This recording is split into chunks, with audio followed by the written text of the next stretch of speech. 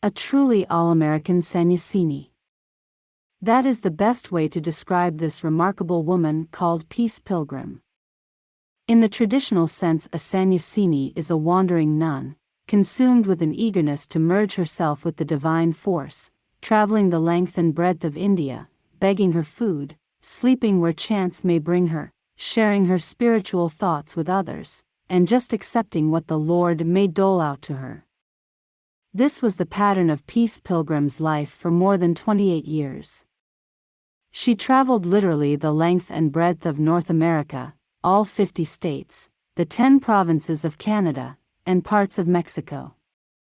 Well, one might not think this so remarkable if it weren't for the fact that she did this continuous journeying on foot, never asking for anything, food, shelter, or transportation. She walked without a penny in her pocket. She had only the clothes she wore, and those consisted of pants, shirt, tennis shoes, and a short sleeveless tunic lettered boldly on the front, Peace Pilgrim. How many pairs of tennis shoes she must have worn out during those years. Years that were counted from the time she was 44 until a few days before her 73rd birthday. Just imagine her living like this, traveling, walking, like a leaf blown in the wind, until she was almost 73 years old. Her message to all she met was simple: this is the way of peace, overcome evil with good, and falsehood with truth, and hatred with love. She talked about peace between nations, between groups, among people, and the most important, inner peace, which she talked about most often because that is where real peace begins. There is only one thing that could inspire and support a journey of this extent and provide the strength to see it through for all those years, and that is absolute, uncompromising faith in herself and in God. Faith which comes and is sustained by the realization and direct experience of the ultimate truths of life. Peace Pilgrim was born July 15, 1908 into a hard-working, resourceful family on a small farm in the eastern United States. In her youth she was happy to play in the woods and streams of the countryside. She had no formal religious training as a child. She said it would be less that she would have to undo from her mind later on. In her late teens she began her search for God. What is God? What is God? She inquired of many people, but never received an answer. Then she took another approach. She asked herself. She pondered deeply and was ultimately answered from within. She said, I touched God intellectually as truth, emotionally as love, as goodness, kindness, a creative force, a motivating power, an overall intelligence, and an ever-present, all-pervading spirit. That brought God close. I could not be where God is not. You are within God. God is within you. As she looked about the world, she became increasingly uncomfortable about having so much while others had so little. From this gnawing dissatisfaction she sought a meaningful way of life. After much prayer and contemplation, she felt a complete willingness to dedicate her life to serving others. She began to live to give instead of to get, and she entered a new and wonderful world, and a great peace came over her. Then began her years of intense spiritual practice. And this stage continued for 15 long, hard-fought but joyously rewarding years. She explained her own inner process. During the spiritual growing-up period, the inner conflict can be more or less stormy. Old habits and tendencies don't die an easy death. The self-centered nature is a very formidable enemy, and it struggles fiercely to retain its identity. It defends itself in a cunning manner and should not be regarded lightly. It knows the weakest spots of your armor and attempts a confrontation when one is least aware. During these battles, one must maintain a humble stature and be intimate with none but the promptings of the higher self.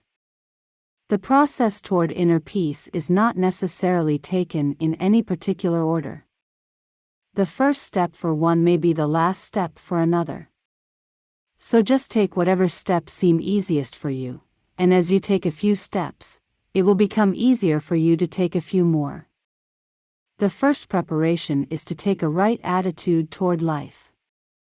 Stop being an escapist. Face life squarely and get down beneath the surface where the truths and realities of life are to be found. There is an art to living. No problem ever comes to you that does not have a purpose in your life, that cannot contribute to your inner growth. When you perceive this, you will recognize that problems are opportunities in disguise. It is through solving problems in accordance with the highest light we have, that spiritual growth is attained. It takes the living quite a while to catch up with the believing, but now there is a living to give instead of to get. As you concentrate on the giving, you discover that just as you cannot receive without giving, so neither can you give without receiving. There is a feeling of endless energy, it just never runs out, it seems to be as endless as air. You seem to be plugged into the source of universal energy. You are now in control of your life. Your higher nature, which is controlled by God, controls the body, the mind, and the emotions. Henry Thoreau said, "If a man does not keep pace with his companions, perhaps it is because he hears a different drummer." Now you are marching to that different drummer, the higher nature instead of the lower nature. Another preparation she emphasized is the simplification of life. Try to bring inner and outer well-being into harmony in your life, to keep your desires down to need level. In this materialistic age we have such a false criterion by which to measure success. We measure it in terms of dollars, in terms of material things. But happiness and inner peace do not lie in that direction. Unnecessary possessions are only unnecessary burdens.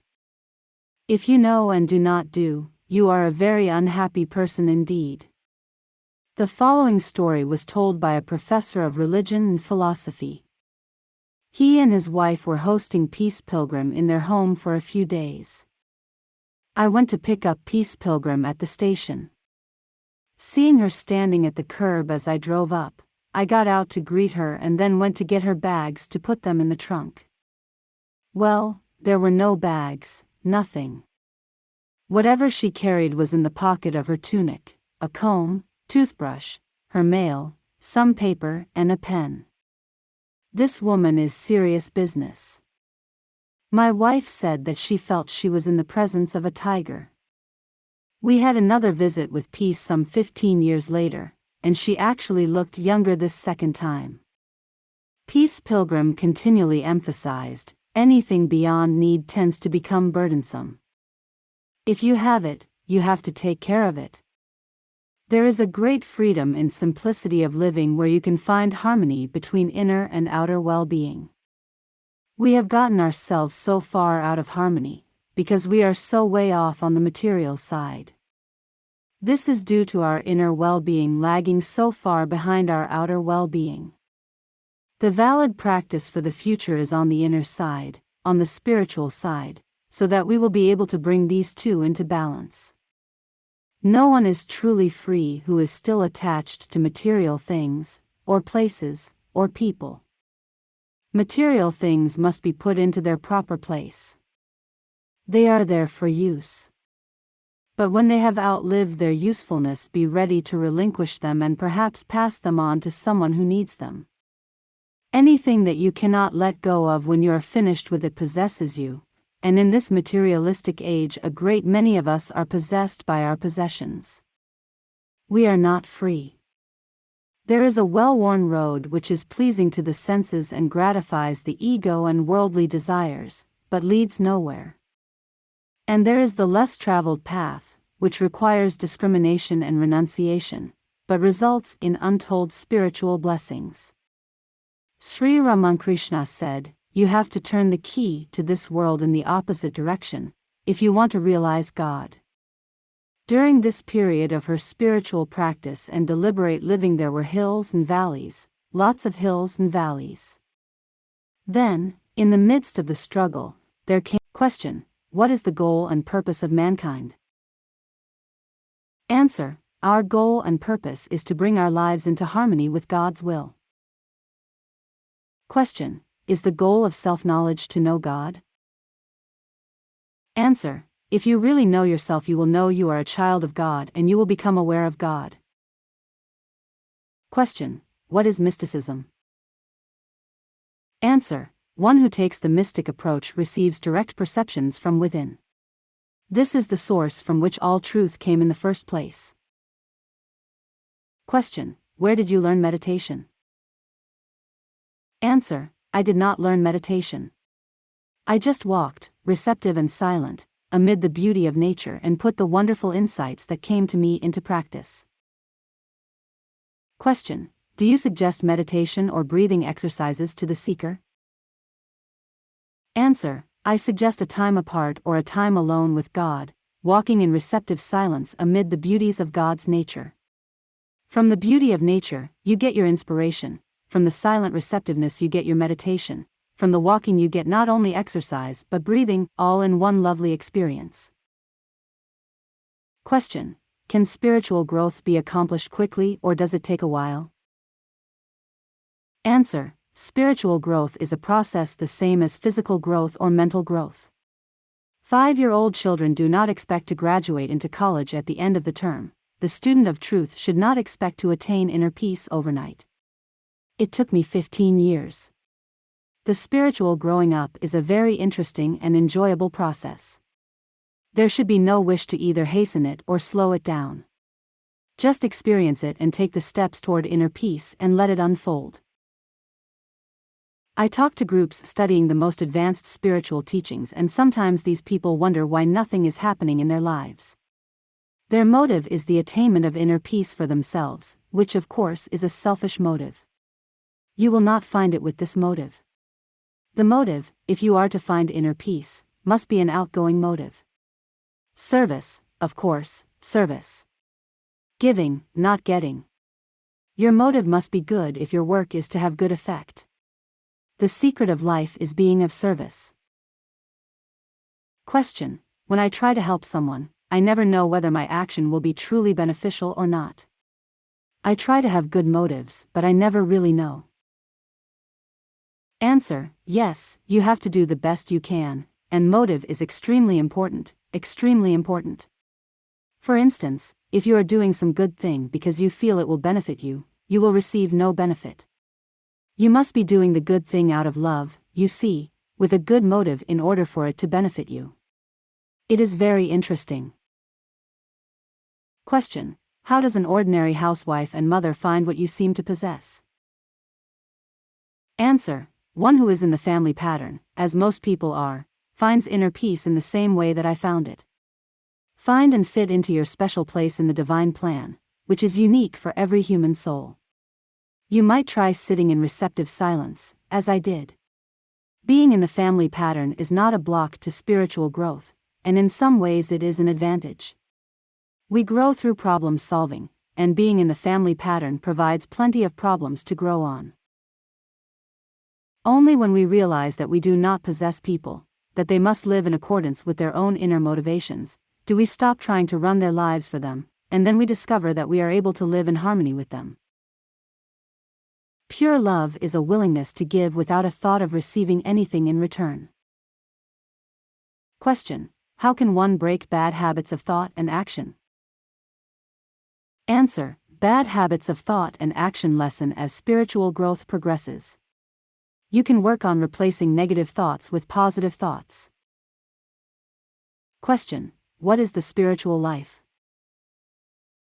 Answer, that which cannot be perceived by the 5 senses. Spiritual things will endure, physical things will not. The spiritual life is the real life, all else is illusion and deception. Only those who are attached to God alone are truly free. Only those who live up to the highest light live in harmony. All who act upon their highest motivations become a power for good.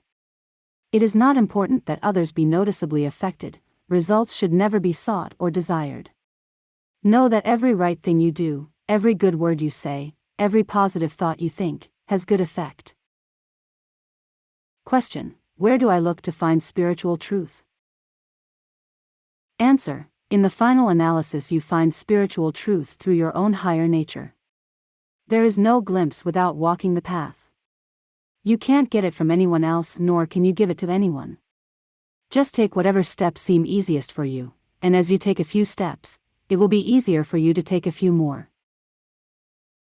Question: do you feel that if the person is highly motivated, there is some kind of guidance beyond himself? Answer: well, we all have tremendous guidance, but especially those who are willing to allow their lives to be governed by the higher nature.